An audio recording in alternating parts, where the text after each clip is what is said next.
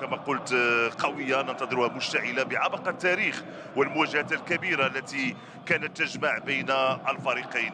إذا صور جميلة لجماهير فريق الوداد اللي يعني منذ ساعات وكل الطرق تؤدي للمركب الرياضي محمد الخامس. هناك من الجماهير التي فضلت يعني أخذ وجبة الإفطار هنا بالمركب الرياضي محمد الخامس. حماس كبير، تقريبا كل جنبات المركبة مملوءة بجماهير فريق الوداد.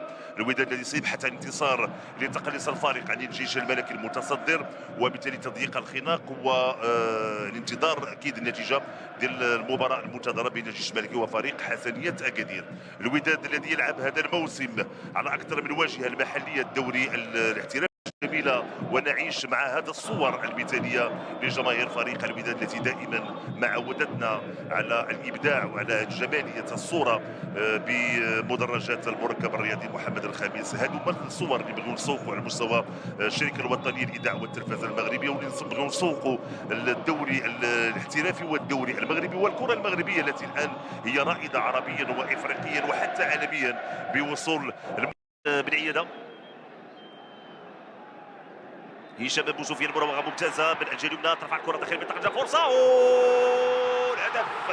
هدف اول بواسطه عبد الله حيمود في المكان المناسب، يضع الكره في الشباك، وهدف اول لفائده فريق الوداد.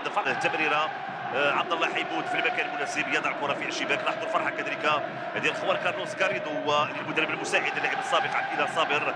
اذا الدفاع البلجيكي صبر ل 33 دقيقه مده. عبد الله حيمود في المكان المناسب، لاحظوا عبد الله حيمود وحيدا طريقا يضع الكره في الشباك. هدف اول لفائده فريق الوداد. نتيجه تغييرات ليس براس بولي سامبو جونيور، ولكن